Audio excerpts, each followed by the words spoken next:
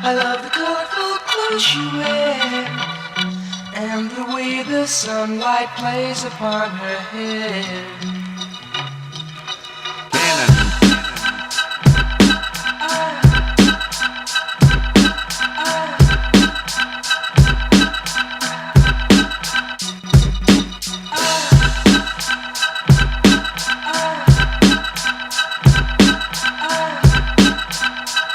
Basically, what was the science behind your positioning, how you position yourself as a DJ next to great rappers, in particular the 28 Gram series with one of my favorite covers was the one with you and Freeway. Well, the positioning and the science behind it was easy because I was known as a club DJ and a producer, and I wanted everybody to know that, you know, I wanted to be in that running for a mixtape. I mean, and being as that if I positioned the artist too big on the cover without myself, I didn't get any name recognition. I mean, face, card recognition.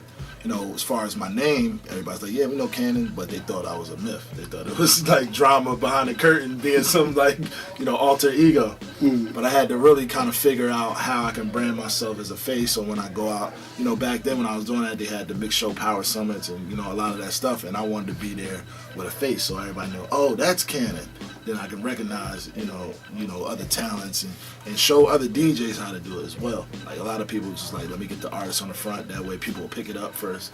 But now I'm standing behind and it looked like a team effort and not just Freeway. It wasn't Don Cannon or Freeway, it was Don Cannon and Freeway. I did that with Jewels and, a couple other joints, and that was part of the brand. It was like, almost a trafficking thing. Like 28 Grams was, actually 28 songs of crack, but it still looked like it was a co-defendant and a partner going out there, delivering the heat to the streets. I mean, it was really studying what happened back in the days, like in a lot of rap groups. The DJ was just as important as the artist. DJ Jazzy Jeff and the Fresh Prince, Run DMC, Jam Master Jay. You know what I'm saying? And we just really kind of wanted to just make sure that element and role in a group or in a setting with a hip hop artist just was just as prominent, because at the end of the day, it's your brand and your business and your living that you got to take care of. And we felt like if we don't put ourselves at the forefront just as much as the artist is, then we'd be missing out. So let's be proactive about it, business-wise and marketing-wise, and put ourselves standing next to the artists, like on the mixtape covers, you know what I'm saying, and standing tall as equal businessmen, and creating that whole lane where the DJ is just as strong as the artist. It was just a proactive move we wanted to make.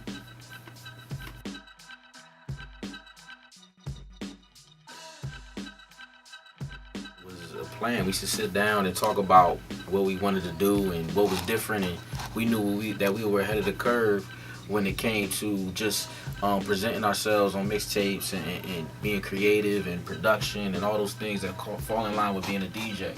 We definitely should sit down at a round table and blueprint and strategize. I remember one time when 50 Cent and Jay-Z came to, they had a tour, they just got together, they did that tour, they did that concert, you remember that? Mm-hmm. And then Cannon came up with this concept talking about Power 30, and he was like, we're gonna do this concept based on that mixtape. We're gonna make a mixtape kind of highlighting the best of Jay-Z and the best of 50 Cent. We're gonna print up 1 million of them, and we just gonna do a stupid campaign because we knew it brought a lot to the city at that point, and we just wanted to really take advantage of it. So yeah, definitely, we always just used to sit down and be proactive and try to take advantage of that. Yeah, and the strategize thing, just being sitting at the table, it was like, man, how are we gonna overcome two important places? Atlanta was important with mixtapes from a DJ Jelly standpoint, and with Jay, they used to make, just a CD with no cover. It was like, man, we never gonna overcome that. That's hard. And then you go to New York, they had a semi half and half cover with a list and a picture, or just a symbol, plus talking.